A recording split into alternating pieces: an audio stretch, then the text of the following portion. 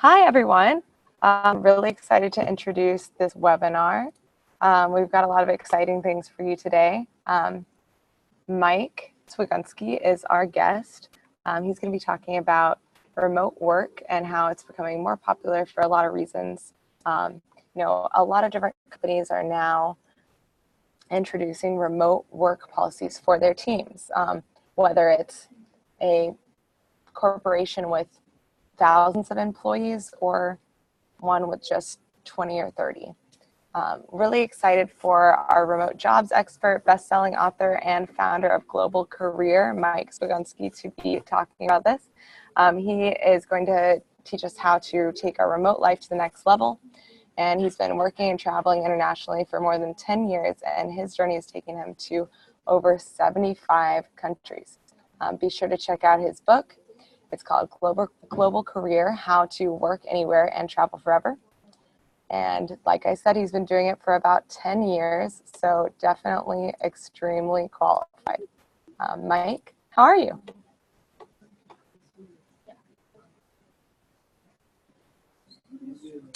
Let me go ahead and make him a host in case he's not already.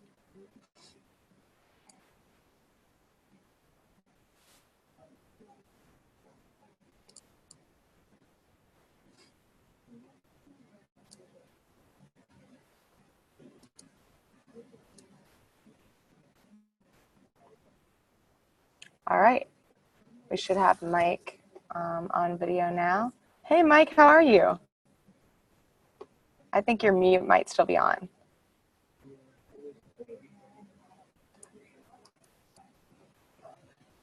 All right, I think I'm unmuted now, so hopefully you can hear me.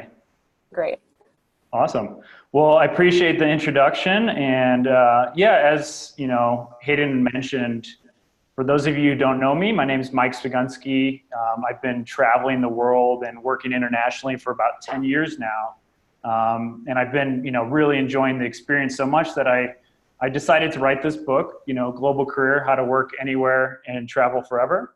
And that basically, the book is become really popular because I think a lot of people in the States, we follow a similar linear path in life where we go to high school, directly to university, and then straight into the workforce. And I think as sensitive to working remotely, working overseas, and being able to grow your career while you're living and working internationally. So that's kind of why I wrote the book, and it's become really popular. It's one of the top 300 books on Amazon, and I've been just getting a lot of positive feedback.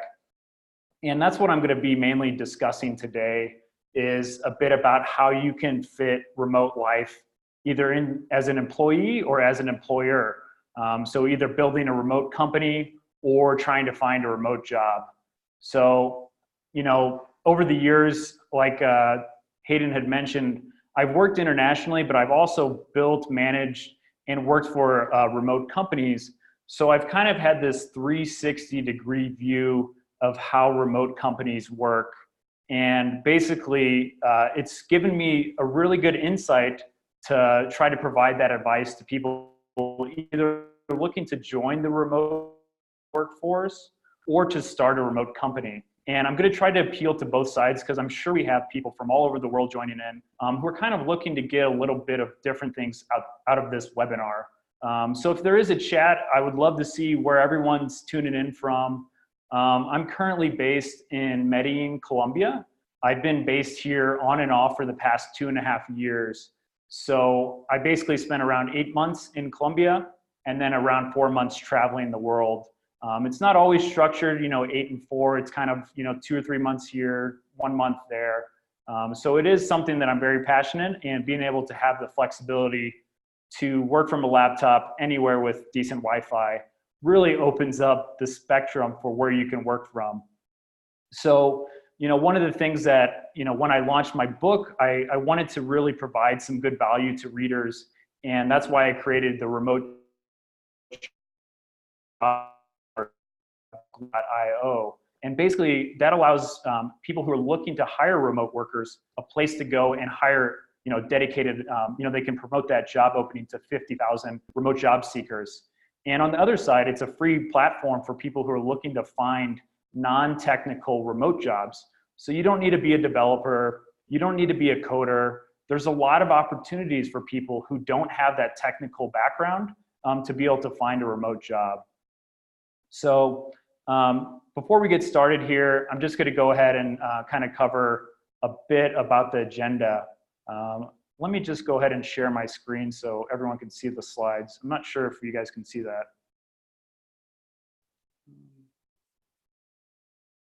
Okay. Well, I think, Hayden, I'm pretty sure you're able to share the slides.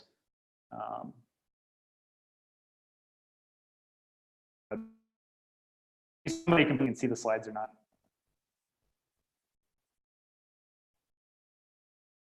Are you guys able, if you're able to see the slides, just go ahead and put it in the chat. I'm not sure, they're not able to show up on my side. So we'll wait ahead. We're just having a few technical things here. Let me go ahead and just pop up the slides.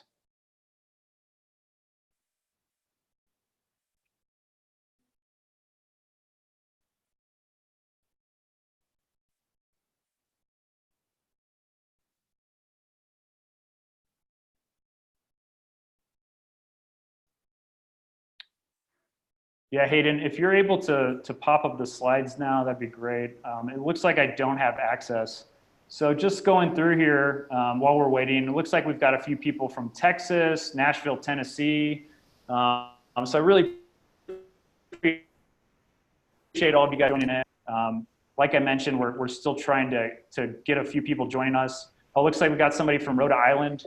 And New Zealand as well, or looking to go from Reno, Nevada and wanting to create a remote work from New Zealand. New Zealand's a beautiful country. I think it's honestly, for the size, probably one of the most beautiful places in the world. I spent actually 6 months working for a travel magazine in New Zealand. So it is a great place to kind of start your remote life from. So I see somebody here from Texas, Trinidad and Tobago, Toronto. I was just in Toronto for one of the biggest tech conferences, Collision Conference. Beautiful city. So just a little bit about me. I'm originally from St. Louis, Missouri. Went to University of Missouri, but got involved with this remote life actually through study abroad. So somebody's from Wildwood, Missouri. Great, that's awesome. So yeah, I actually got started with study abroad, and working for the University of Missouri, I was able to help take students from the university over to the Czech Republic in Prague. So that was a great way for me to kind of start the remote journey and kind of help people by studying abroad and get their foot in the door. So let's see. I'm just going to go here and see if I can share my screen.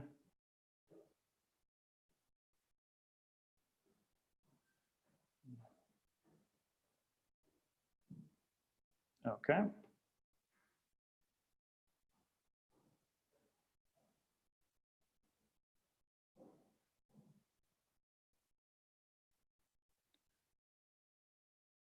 All right, looks like we're good to go now. If you can't see my screen, just let me know.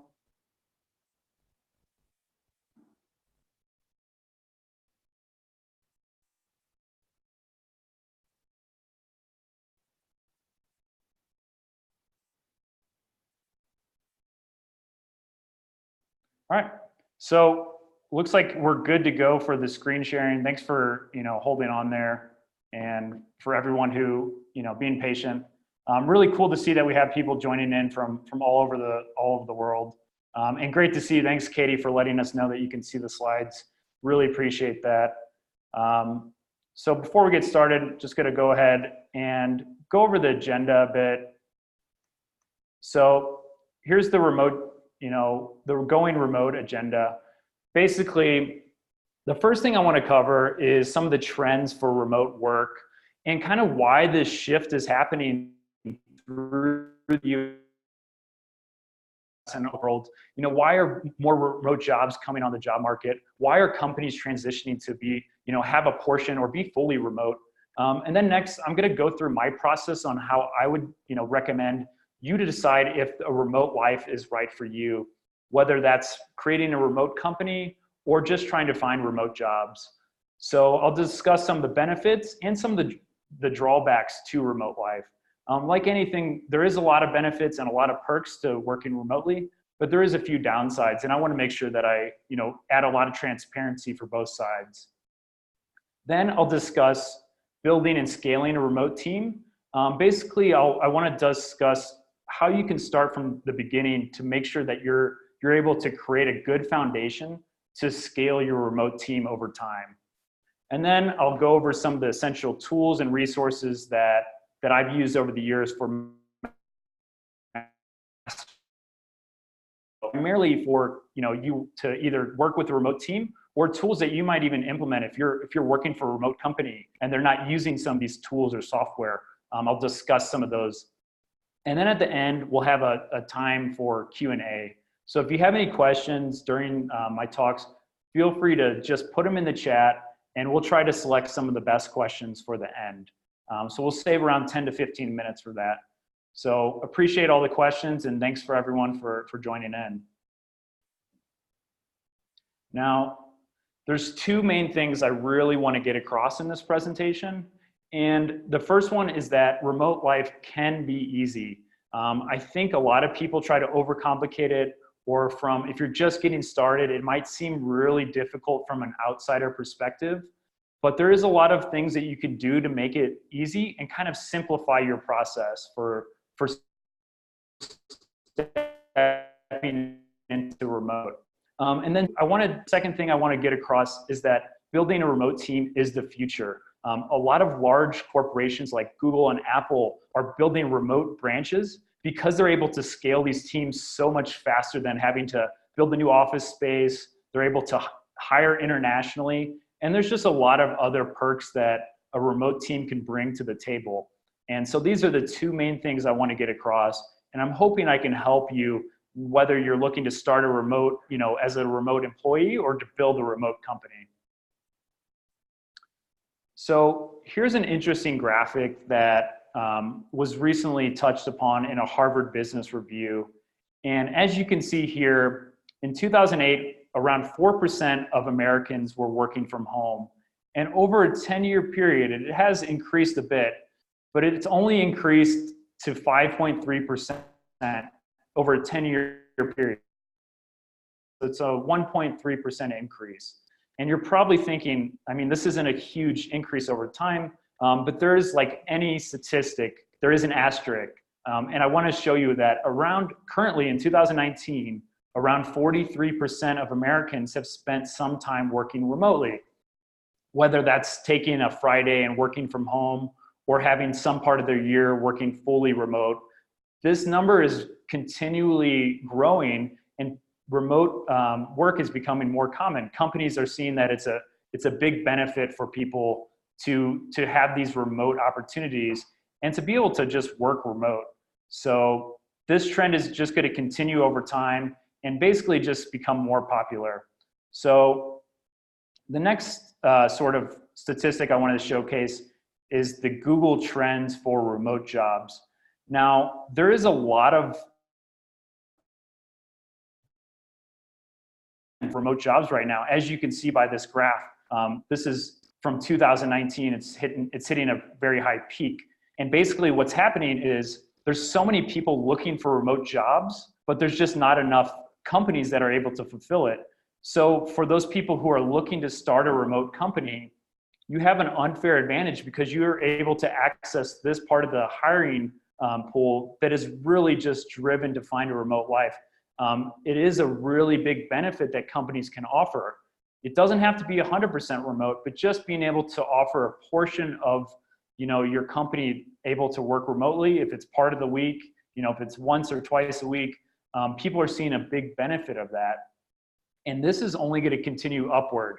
If you've seen the brick and mortar industry, this is kind of a similar trend that's going to follow.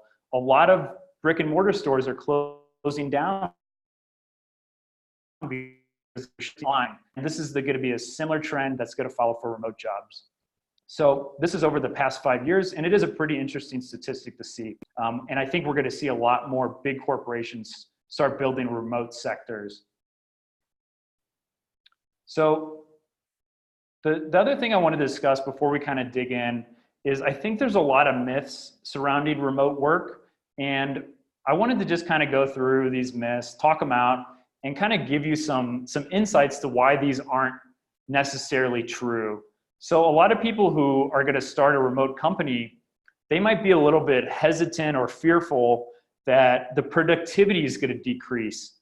You know, at the end of the day, if you're building a remote company, it's a business. You want it to make money, you want it to be productive, you want it to be efficient.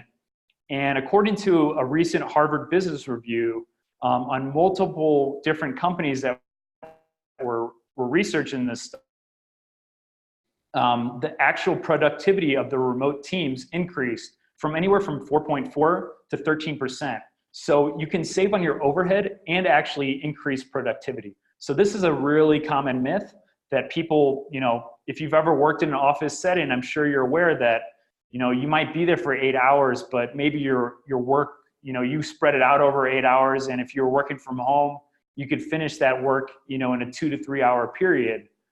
So there is a lot of inefficiencies that go into offices. You have to commute. So after, you know, an hour commute, you're just drained. You're not as fresh as you were if you're just working from home. You're not as in a happy environment.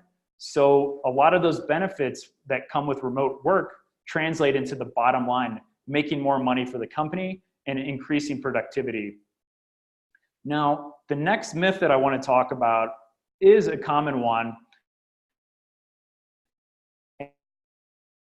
that workers will be lonely, too neglected, or they'll just need, you know, extra care. And I think this is a really common myth because, like any good company, you're going to need to put in some extra effort, and especially with remote. So from a recent survey, 99% of remote workers say they would love to continue working remotely, and they highly recommend it to family and friends. So basically, these people who have experienced remote work, they absolutely love it. There might be a few downsides, but overall, they prefer it to working in a traditional office. So this does things like keeps employees' longevity over time. So basically, your employees are happier, they're working harder, and they're going to stay longer, which is going to, in the end, just create a better workforce for you. And then the last myth is that there's no company culture. And I think remote in itself can create its own sort of unique company culture, where if you do have a remote team, you do have to change and structure it in a certain way to make sure you do have company culture. If you just hire a bunch of remote workers and don't put in any effort, yes, your company is not going to have any culture. But again, if you did the same thing locally, it still wouldn't have that type of culture. Now, there's a lot of cool things like you can do travel pods where people are kind of working from the same city over a few month period. And then they're, you know, just spending 3 months in one city, traveling to another place in 3 months. And this can even be an unofficial thing. It doesn't have to be sponsored by the company. But what I do recommend is if you're going to build a remote company is to do quarterly meetups. So every quarter you get the whole company in one area and you just work together. You do some like fun team building activities. And, you know, in addition to this, you can do things like virtual coffees where you're just getting together, sharing a coffee with one of your coworkers, kind of having a to be work-related conversation, but just building that remote culture that a lot of people love and enjoy. So here's the big 5-step process. And this is going to be great for people who haven't decided if they want to build a remote team, or maybe you're still on the fence about, you know, working remotely and trying to find a remote job. So the first stage that you want to look at is the research stage. Basically, this is going to be a short period of time where you're investigating remote jobs. You're looking for a country or a city that you're interested in working in. And the great thing about Americans is we have a lot of opportunities to go work remotely and to work locally in different countries. So we can actually live and work in New Zealand for a year. I saw somebody mention that who's interested in going to New Zealand in the chat. So we can, for New Zealand startups. And that's actually how I worked in New Zealand. I was working remotely for a travel magazine when I was living in New Zealand. And there's a lot of opportunities outside of New Zealand for Australia, Singapore, Ireland, and South Korea, and a few other places around the world where you can actually find local jobs. So this is something that you would be looking at. Maybe it's either working locally or trying to find a remote job, or just going to one of these countries to build your remote team. And one of the cool things, if you're looking to start a business, is a lot of times you can move to a country where the local expenses are a lot lower than where you're originally from in the United States. So instead of that runway of building your remote company, you might have 3 months in the United States to build that company before you run out of money. But if you're trying to replicate that somewhere in Thailand, where instead of 3 months, a year's time to get your remote business up and running, it does make things a lot better, and it provides a longer runway for success. So during this 2 to 3 week period, you should be looking at things like visas, taxes, cost of living, and you should also be reaching out to other expats to see if it's a good place for you to move to. And then the next stage is the decision stage. And I don't think a lot of people make it past this. I think they get too held up in the research. They need to have X amount of money in the bank to go abroad. They need to have everything kind of listed out. And I think you just need to find a set period, make a decision after you've done your initial research. Just go ahead and make that booking. Make a refundable flight, make some bookings for an Airbnb or hotel, and you just got to go there and you just got to make that decision to give it a test run and see. So, basically once you've made that decision, whenever you book that stuff, you're just going to go there and test it out. And I recommend having a minimum of 30 days in a city to see if you like it, to see how the community is there, to get a little bit better feel for people, to make sure that it's a good fit. So one of the good things about where I'm based in Medellin, Colombia, is there's a huge community of people who've started remote businesses here. And there's just a lot of people who are working remotely. So there's it's on the US time zone. So it makes, working with any clients in the US or any customers really easy. And it is just a very affordable and fun place to live. The weather's 70 degrees year round. And this is something I did this exactly. I came here for 30 days, tested the waters, got a feel for the city, and then I decided to make this my home base. So that's where you kind of need. It might not be a win on the first location, so it might take you a bit of time to find something that fits your needs. But again, it's great to test out those places and to try to stay for a few months. And so after you spent that 30 days or 60 days in a remote city, then you can kind of review it. So over that time period, you should be taking notes. How does the cost of living stack up to where you're initially going from back home? How is the community? Do you think you'll be happier here than you were from where you originally were? And then just kind of looking back and making sure if it's something you want to continue with. So you can pro-con it, make a nice list, and then decide. And then finally, you just decide, is this the right remote location for you? Is even remote, what the right option for you? And again, it's one of those things, if you don't try working or building a remote company or living over,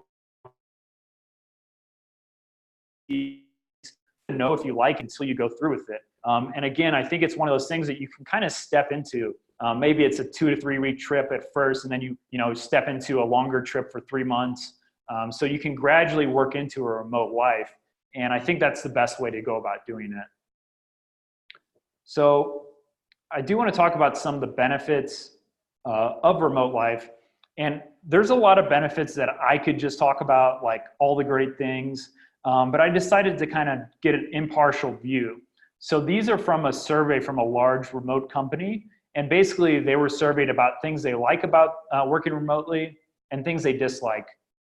So the first one is the flexible schedule.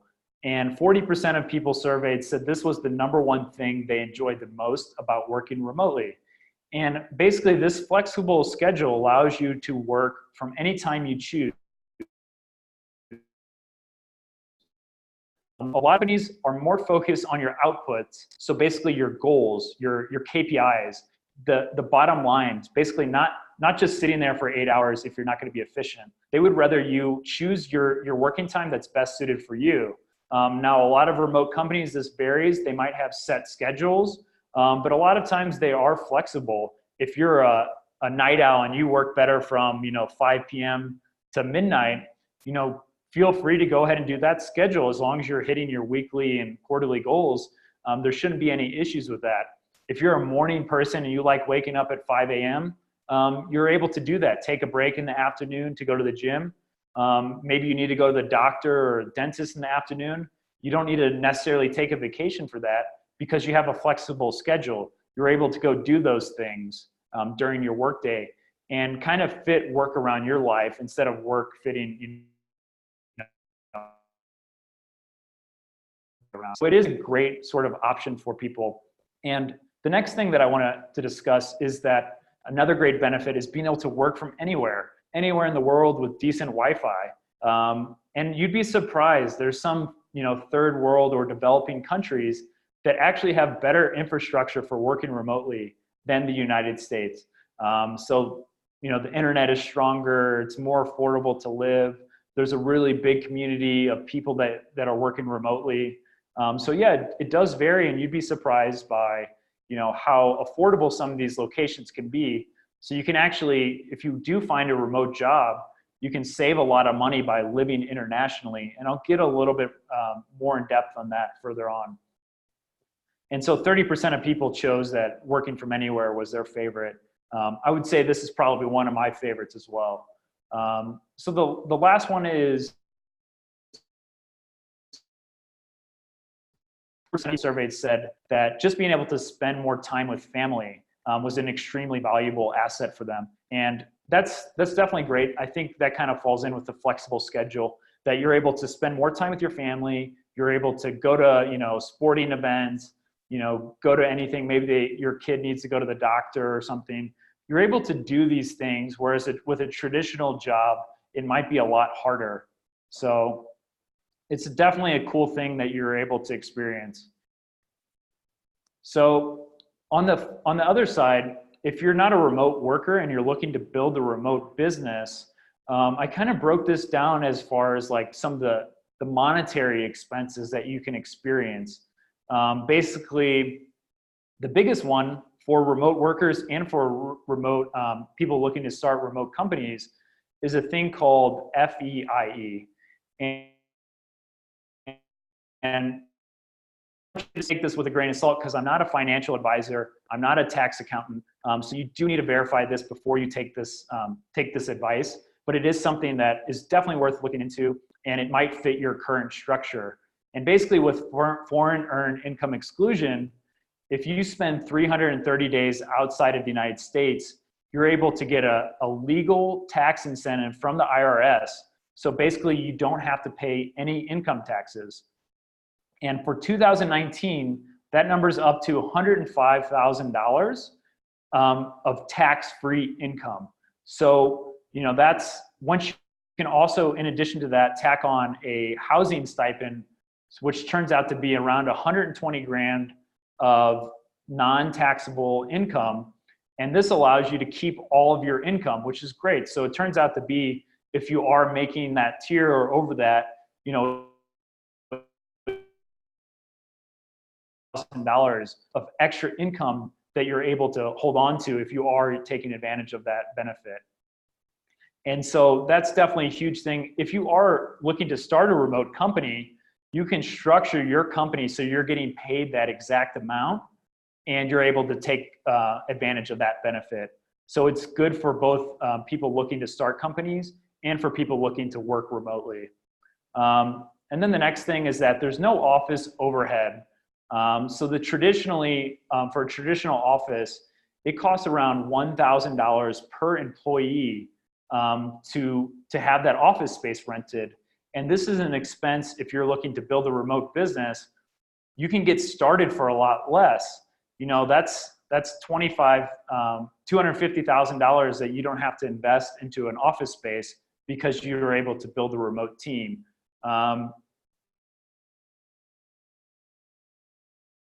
the hiring perks. So if you're from a small town, or if you're from, somewhere where there's not a lot of, talent in your industry, you're able to immediately expand your potential candidates either locally or internationally.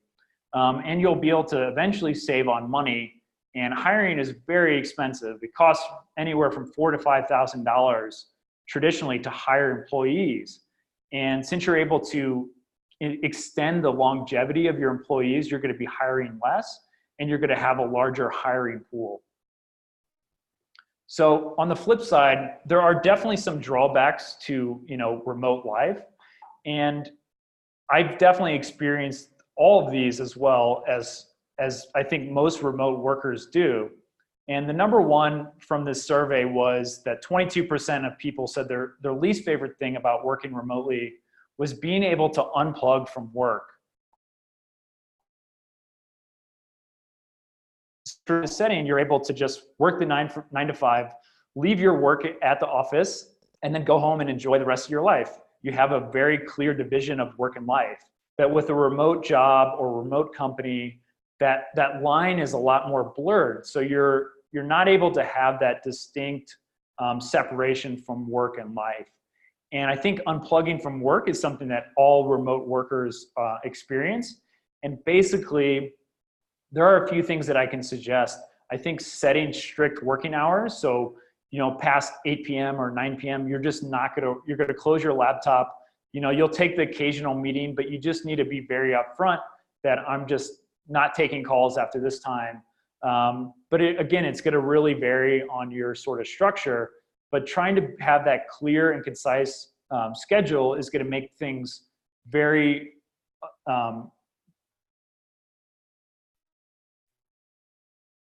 better to separate work and life.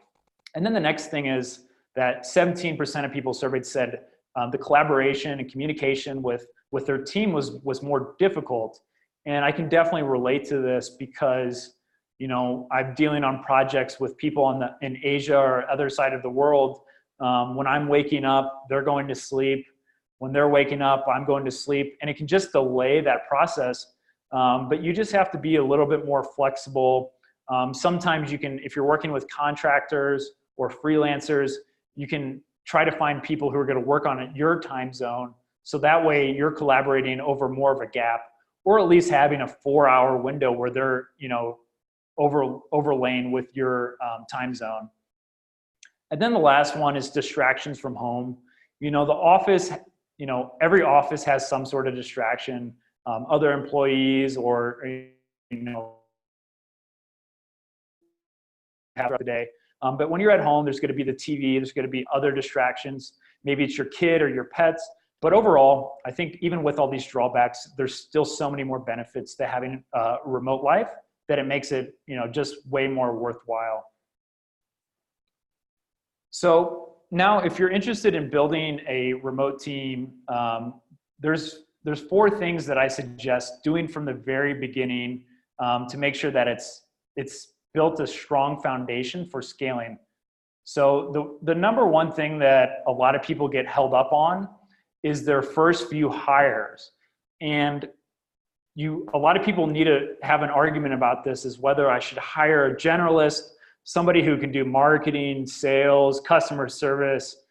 Maybe they have some tech experience where they can do development, versus somebody who's I'm just really good at Facebook advertising.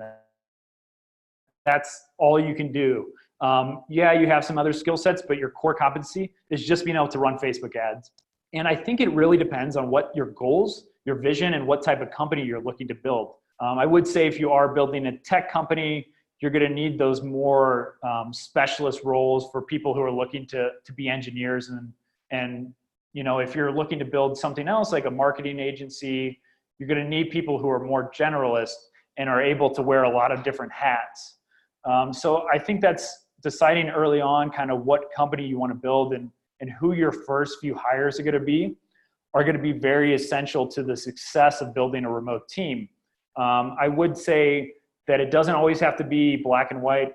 You can have a 70% generalist, 30% specialist, but being aware of that from the beginning is very important. And then the next thing I would say processes and your foundation is fairly smooth before you start scaling. If you don't have SOPs, or if you don't even know what an SOP is, you shouldn't be scaling. This is a standard operating procedures. And basically, these are guides that allow you to, have a new hire go through, and they should be able to take over a task without needing much training. So this SOP would be, let's say you do something on a recurring basis. Every Monday, you need to get in touch with all your customers, send them a reminder to set up a call. This SOP should be very detailed so that this new employee can easily take a look at this process and do it without asking really any questions. And that's why cross-training and having these SOPs before you scale is fairly essential. Make sure that you have multiple employees that could do each other.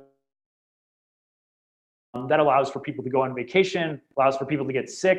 And there is churn in any business. So if somebody does get fired, it will make that process a lot more smooth. And then the next thing is that scaling early on. I think a lot of people get so held up with trying to scale from an early stage that it kind of doesn't work out well for them because they haven't tested the market. They haven't built their MVP, which is a minimal viable product. So that's what I strongly suggest, is building a strong foundation, getting your hands dirty, doing things like recruitment yourself, where you are taking the time to make sure that your employees are a good fit for your company. And then again, just making sure you've tested the market before you try to scale. And lastly, I think this is something that all remote companies experience, all sponsors, is the shiny object syndrome. Maybe you hear about your friend who started a new service and they're doing really well with it. But again, you need to try to avoid those shiny objects and just stick to your core product. Make sure that it's working, it's going well, and that it's essential to your business. Now, those are 4 really good foundational things to look at and make sure your company is achieving before you start scaling. And I have 3 other ones that if you are looking to scale your business, you need to make sure that all of these are happening as well. So the number one thing is setting up automation. I think a lot of people don't think about, their recurring task as automating it. The employee is doing a good job, so there's no need to automate it. It's working well. Don't change it if it's working well. But maybe that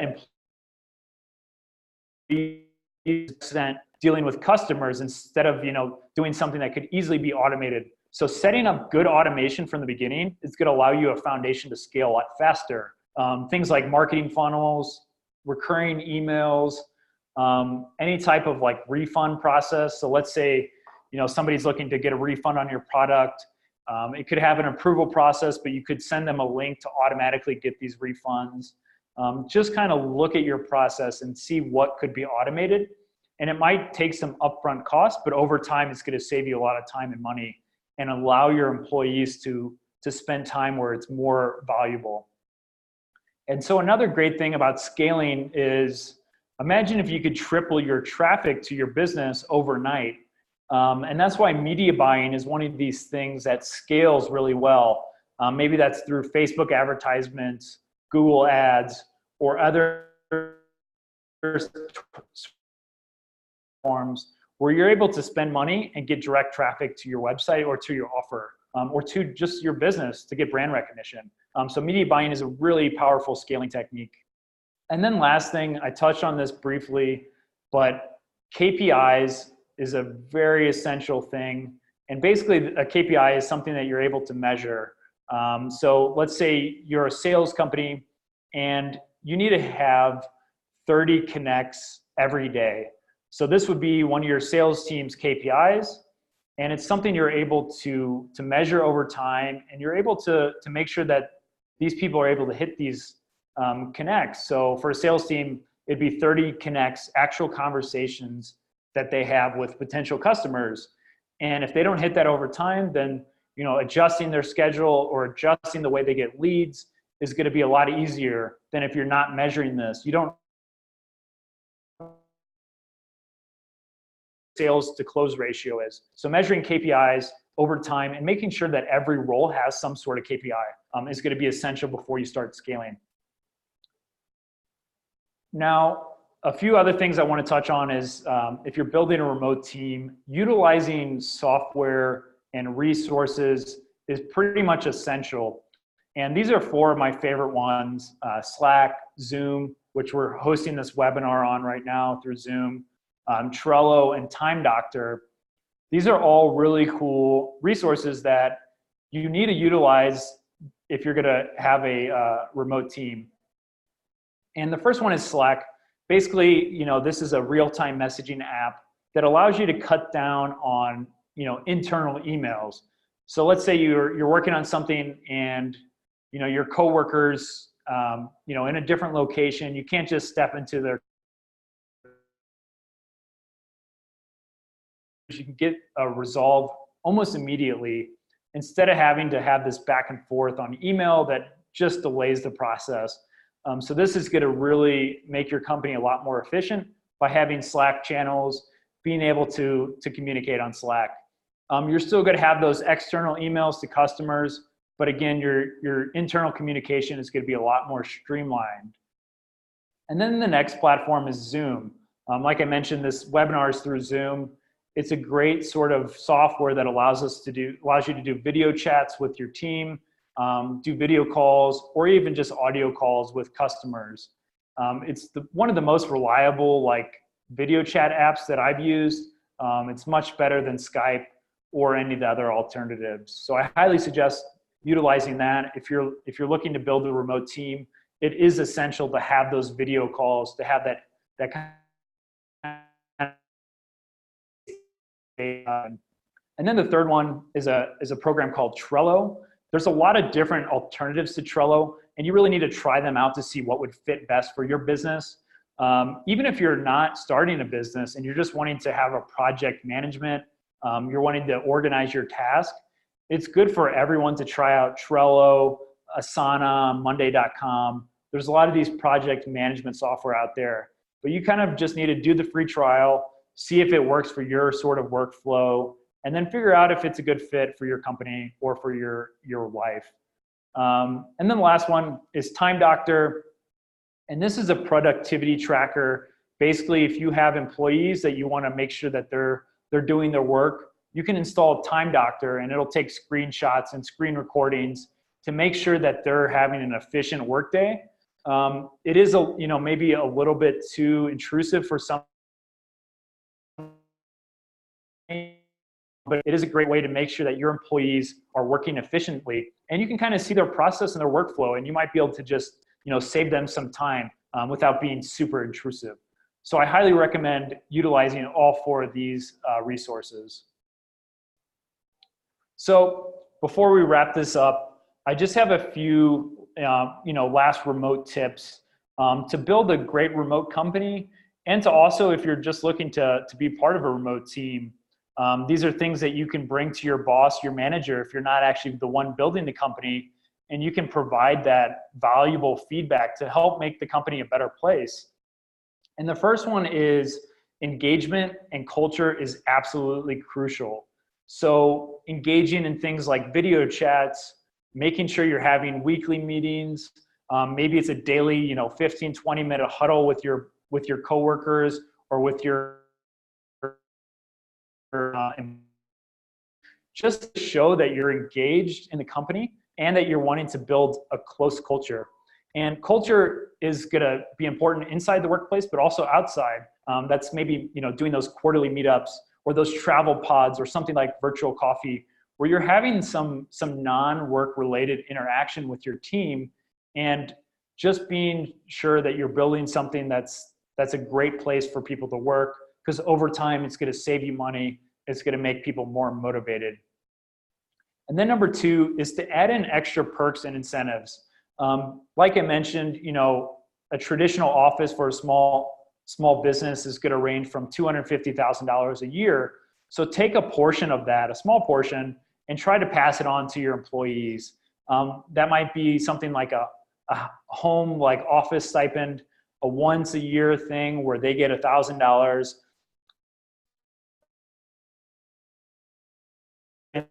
maybe it's improve their Wi-Fi, just to make sure that their office space at home, or they can put that towards a co-working spot to just make sure that they have the best possible place to work from. And then the third thing is to fine-tune your tools and processes. So I mentioned 4 really great resources, but outside of that, you need to make sure that before you scale a remote team, before you start building a remote team, that it's structured in a right way to hire these remote workers, because it is going to take a little bit of extra care to get things set up for a remote team. So you need to make sure that all the tools and processes are working as expected. And then number 4, if you're going to build a remote team, you need to make sure your expectations are absolutely clear. Number 4 is, let's say you're going to have your employee use from 9 to 5. They need to have, this amount of internet. They need to have a quiet place to do phone calls. Making sure that all of these expectations are absolutely crystal clear from the beginning before the employee starts working is going to be really essential to making sure that that it's a successful company and that your employees are happy. So I'm going to open this up for questions now. If anybody in the chat, just go ahead and feel free to add in your questions there, and I'll try to get to all of them. So go ahead. Any questions here?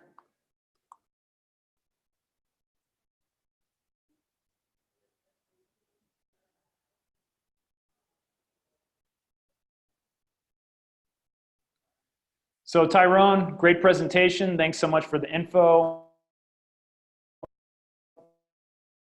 Let's see. So I'm just going to go ahead and put in any questions. So if you do have any questions, it can be from anything from living overseas. It can be anything from traveling. I mentioned earlier, I've been to 75 different countries, and I've worked in a lot of them locally, but also remotely. So if you do have any questions. So Molly, great question. How can I find a remote job opportunity? And this is a really great question because I think there is a lot of demand for remote jobs. And one of the great things is you can visit this website, globalcareer.io, and you can find non-technical remote jobs. So we only post non-technical remote jobs for people from all over the world, not only in the United States. A US audience. So if you have sales experience, marketing, customer service, go check out globalcareer.io. And we have new jobs added every day. If you join the email list, we send out new jobs frequently. You can also sign up and share, like if you're only looking for marketing jobs, you can create alerts. So every time we add a new marketing job, you'll get alerted for that. So let's see. Looks like Josephine, I got your book as a birthday present, and the timing is funny. 2 months later, I'm now living this experience. I appreciate you sharing that. I'm really glad to hear that you enjoyed the book and that somebody had given it to you for a birthday present. Looks like somebody here is working on Fiverr. So that's something that is a great resource. If you're looking to do your own thing and kind of I suggest looking at upwork.com and utilizing any sort of skill set you have. It can be from blogging, creating blog posts. Maybe you have some sort of consulting experience, and you should be able to provide these on platforms like Fiverr or Upwork.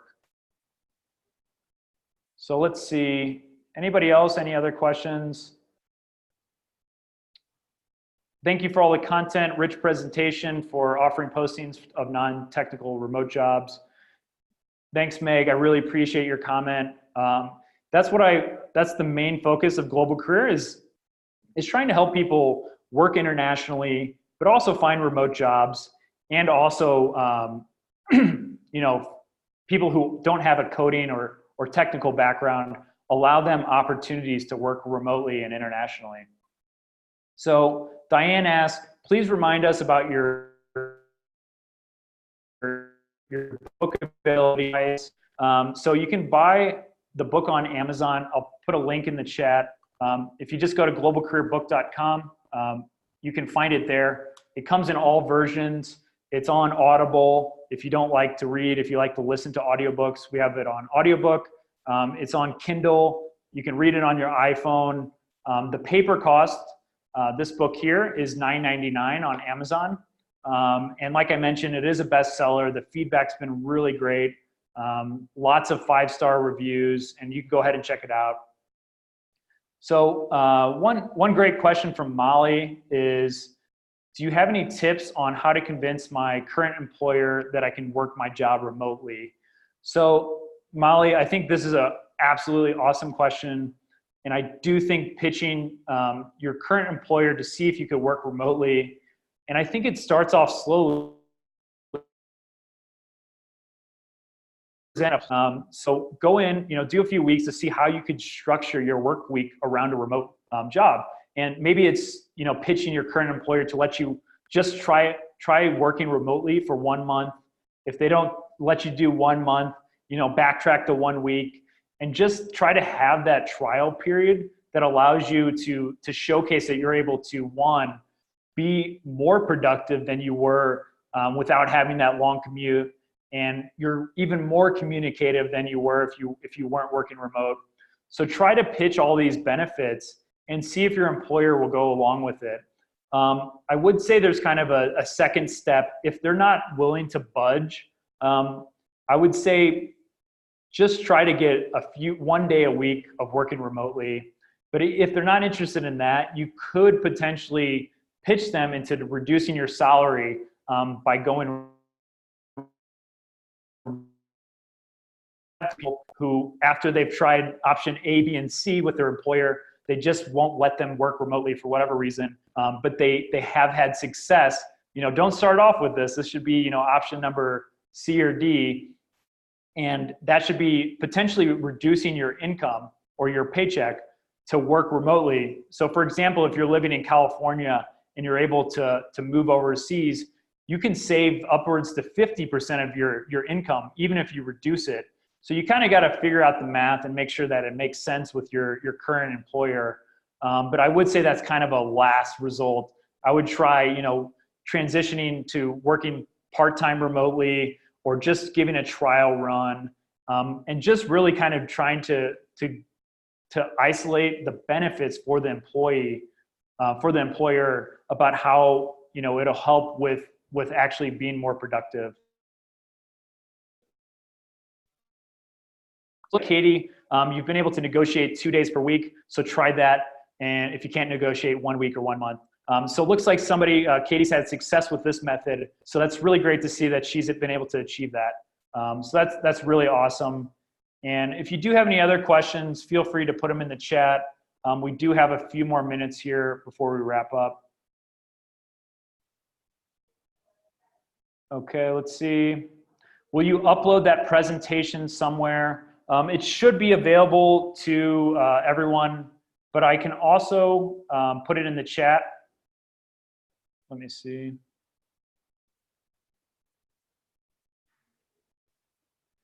So what I'll do is I'll type it in the chat. I can put the slides in later. Let's see, thanks. Kevin P says, thanks, great info. Sam, thanks for love your book. Do you have any recommendations for TEFL programs? Are these job opportunities widely available in the EU? So there is a great opportunity to go and teach English overseas. That's what TEFL is. The EU, the most popular destination is going to be Spain, because a lot of people are looking to learn English. Spain, France, Italy. There's an opportunity for almost every country in the EU for people who are looking to just teach the locals English. And this is a great way for you to kind of step into working internationally. Maybe you can spend a year teaching and transition into remote over time. So there is definitely a lot of programs. I would just kind of try to see what countries you're interested in. And I guarantee if you find a country that you would like to spend some time overseas, just get in touch with their TEFL program. And there's hundreds of them out there. for any type of work in Asia or any other parts of the world. So let's see.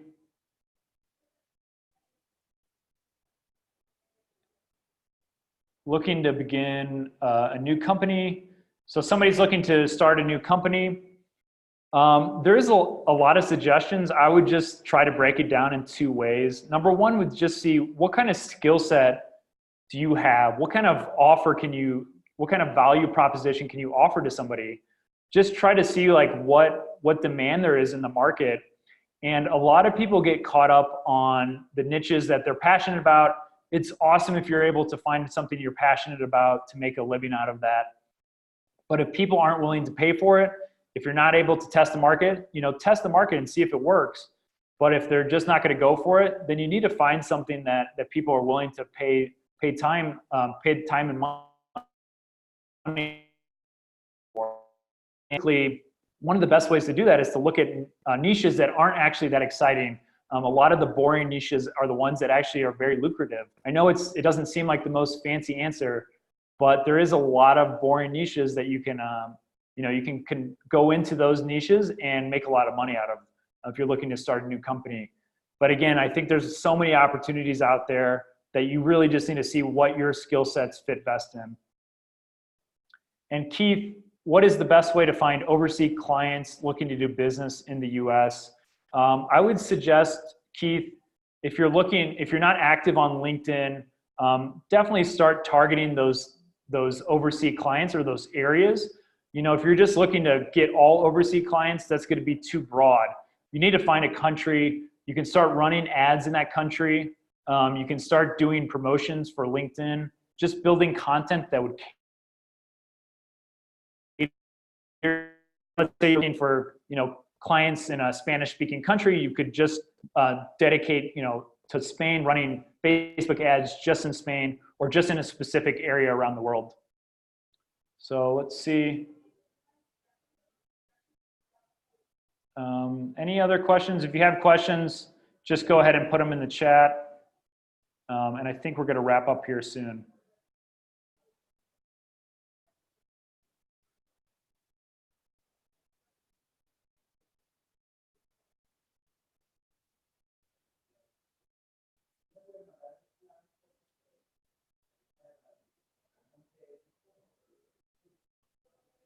All right, let's see. We've got a few more coming in here. I'm going to put the presentation in the chat just so everyone has it. So if you click that link, you should be able to make these slides, and I'll keep them public. Recording on Entrepreneur. And if you're an email subscriber to Global Career Book, I'll make sure to send out my slides afterwards.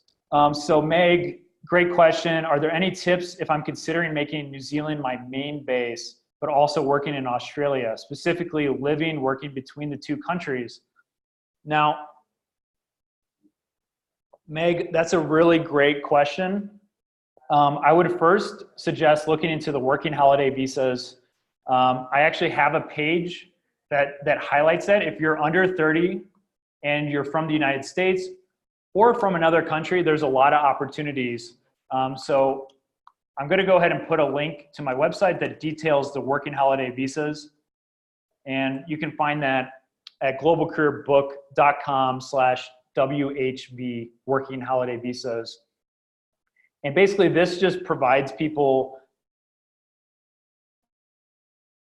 some of the opportunities we have to live and work in other countries. Another good tip, Meg, if you're going to be working internationally in Australia and New Zealand, I would make sure you sign up for or enroll in the I think it's AUNZ. It's like an Australian New Zealand bank. So that way you can, split your banking. So that way you don't have to have two separate bank accounts between the two countries. If you are going to be working and traveling between those two, this bank is really good because it is located in both Australia and New Zealand, and you're able to seamlessly, take out money in both countries. You're able to get paid a lot easier. So that is one great tip. Also, if you're going to be working in New Zealand or Australia, I would definitely try to pick a location that you like a lot, whether that's Sydney, you know, you really should just kind of spend some time. If you have the opportunity to spend time traveling, I would spend a month or so just traveling around the cities and see where you like the best. Because you might get, you might like the city that you go to, like Auckland, but maybe there's other parts of New Zealand or Australia that you're actually more interested in. So if you have that flexibility to kind of travel at first, I would definitely suggest traveling first and then picking a hub. So, Olia, you said, what do you think about the 4-hour work week? I'm sorry if I'm butchering your name. I really apologize for that. Yeah, so Tim Ferriss is a very popular person for entrepreneurship. And basically he wrote a very popular book called The 4-Hour Work Week, which basically highlights how you can build an entrepreneurial company and only work 4 hours a week. And I think great. If you haven't read it, go check it out. I actually never had read the book. It is like kind of the holy, book for this industry, for remote workers. And a lot of people get their journey started by reading that book. And I didn't actually read that book until after I had published my book, because I didn't want to have so much overlap, or I didn't want to take any ideas that weren't original. So that's, after I read his book, I feel like my book, Global Career, kind of leaves off where he started. He's appealing to that 3% of people who are looking to succeed and be entrepreneurs. And again, not everyone's looking to be an entrepreneur. Not everyone has that startup capital to make an online business or a remote business. And I'm appealing to that 97% of people who are just looking to work, build a career, work internationally, find a remote job, and maybe transition into entrepreneurship. I think that's a great way, is to start off working remotely, figure out what the industry is like, figure out where you can provide services. And being an employee is a great way to sort of get to that next step of entrepreneurship. And that's why I think this book is a great stepping stone to Tim Ferriss's book. It kind of hits on a lot of areas that he doesn't appeal to. And I think this book, my book, Global Career, provides a lot of good resources for anybody looking to start a remote or global career. Let's see what else. If you take vacations, this is from Diane, great question. If you take vacations for say 30 days, do you need particular working visa? So a lot of my travel over the years is just on a tourist visa. So a lot of places, they allow you to stay for up to 90 days without getting any type of working visa. So going for time, that's going to be the easiest way to do, to just visit a new country or a new city for less than 30 days. A lot of them are up to 90 days. So you can just, for example, in Colombia, you can stay here for 6 months if you're American. You get a 90 days, and then you can extend it another 90 days. And that's within a calendar year. So you can structure it to basically spend, full 12 months in Colombia, because it resets in January 1st. And there's a lot of these techniques out there for kind of being able to just hop around different countries and live internationally. And then Meg, you said, thanks for the great tips on banking and move about. I will also be buying your book. I really appreciate that. If you guys do pick up my book, reviews, I read every one of the reviews. And I do offer, at the very end of the book, I offer a one-on-one. So that's just an incentive for people who've read the book to get on a call with me, and we can talk one-to-one about anything you want to talk about. Starting remote companies, working remotely, traveling overseas, any topic you pick. It's 15 minutes of just dedicated of helping you out and helping you start your global career. And that's the primary thing is I want to do is I want to be able to help people out, and I want to make this a great industry for people to have an alternative option to just working locally in the United States. So I appreciate all your questions. Unless anybody else has any more questions, I think we're going to go ahead and wrap this up. Like I mentioned, you can go ahead and get in touch with me at globalcareerbook.com. Feel free to send me an email or get in contact with Mike at globalcareer.com. So here's my contact info. Feel free to send me an email.